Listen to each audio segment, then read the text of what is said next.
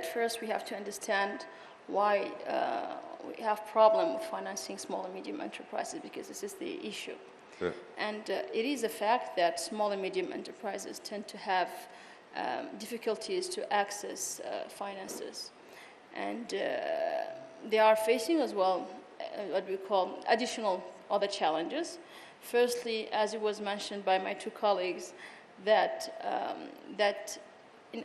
to invest in Africa, this can involve specific macroeconomic, regulatory, and political risks that needs to be tackled.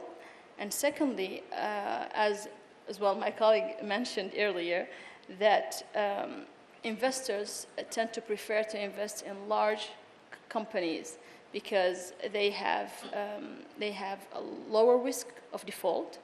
They do generally have clearer financial statements, while small and medium enterprises are riskier from the lender's perspective. And this is because they lack sustainability, they lack leadership and governance, they lack understanding of the business generally. And part of the problem is as well the lack of infrastructure, the lack of information infrastructure. And there is certainly an asymmetric when it comes to information that is gathered, actually, especially between the lenders and the suppliers of fund, and a lack of collateral. But I think that it's interesting to understand as well from the investors' perspective, because usually when we invest for small and medium enterprises, we have to understand why do we invest, how do we invest in SMEs, how do we assess risk, who is supporting us as investors, and why. And actually, I would say that I think that scaling up funding for small and medium enterprises will be easier if we have collaboration, partnership between investors, facilitators, and enterprises. And there are different types of partnership, because you have, for small and medium enterprises, you have a partnership that centers on venture capital for startups. You have partnership that centers on crowdfunding platforms, yeah, especially for businesses that are involved in innovation, that have innovation business models. And you have as well partnership that seeks to scale foreign direct investment, which is the FDI. And in order for all this partnership to, this all partnership rely in a way heavily on having, I would call a strong investment facilitator in local economies, in local countries.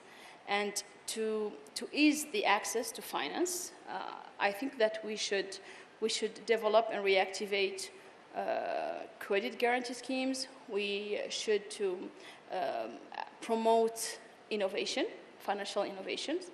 We need to encourage what we call specialized SME funding, specialized private banks. And we need as well to develop in a way a hometown trust fund for risky small and medium enterprises. So there is definitely an angle that Africa needs to tackle, and which is finding a way and a safe way to finance small and medium enterprises in order to create a better investment dynamic in Africa. Okay. I think the main secret is to involve your children from the beginning. Personally, I am very happy to take over. It was hard, difficult. It has some challenges, but it has a lot of advantages, because I'm taking over a company that is already here, that already set, than going somewhere else and try to find my way.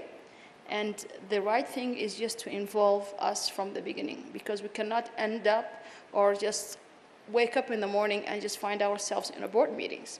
We have to deserve that place. And it takes a lot of time, it takes experience, it takes motivation, and it takes guts to do it. And believe me, if you involve your children from the beginning, they will love and appreciate what you are doing, especially in the industry where you are, which is very male-dominated. That is a fact that we are all from a Muslim country. This is not what well, I did not pay attention to that. But there is an interesting fact that succession in family businesses, there were a lot of challenges and impediments that has been studied in Africa. And exceptionally, there is one factor that was not taken into account, and it did not appear in any country in Africa, which is religion, which was a factor that was not taken into account. You do have a lot of impediments, and basically there are institutional impediments. You have traditions, culture, norms, legal system, political, but not religions at all. So the second part is about inheritance and what are the different criteria of selections. I think that I come from a family where I am not the eldest. I am not the only girl. I do have 4 brothers, 6 sisters. I have 2 older sisters and 1 older brother.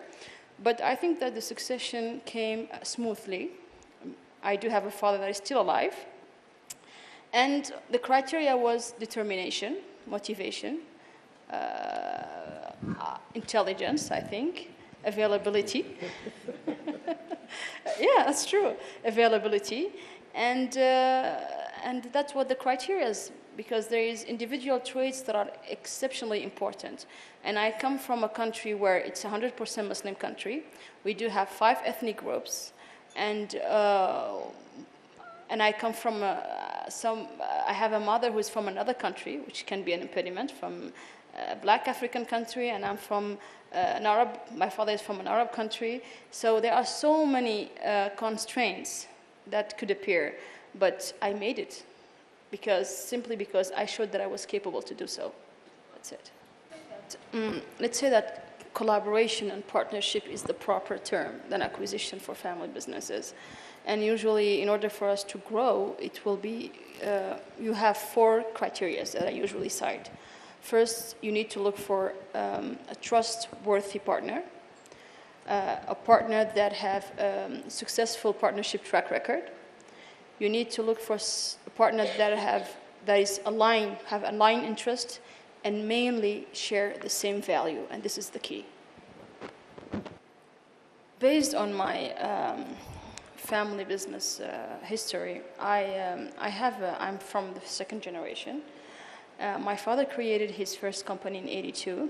It was called Confiserie, Bonbon. Right. And he started growing his business by getting involved in a lot of different sectors that actually were helping the economy, the involvement of the economy itself, because that was something that was needed. Every single company that he created, he went into a partnership with the best of the best, and not only Africans, but partners that are from all over the world. And this was his first strategy. And the reason why is to bring the know-how locally. And that's how he succeeded. We've been involved in the tobacco industry. We've been involved in the distribution industry. We've been involved in the airline industry. We've been involved in the mobile industry. He's been involved in the automotive industry. And even in the banking industry, he had to go to partnership with the other investment banks abroad. So the secret to me, and I've seen him succeeding for the last 30 years, it was to get into a partnership with the best. That's it. Yeah. I think that, because you mentioned about technology and innovation, I would tell you 3 main things that are quite important to bring the stable environment. Stable macroeconomic policies, that is needed. I would say a stable and transparent political environment and a good governance.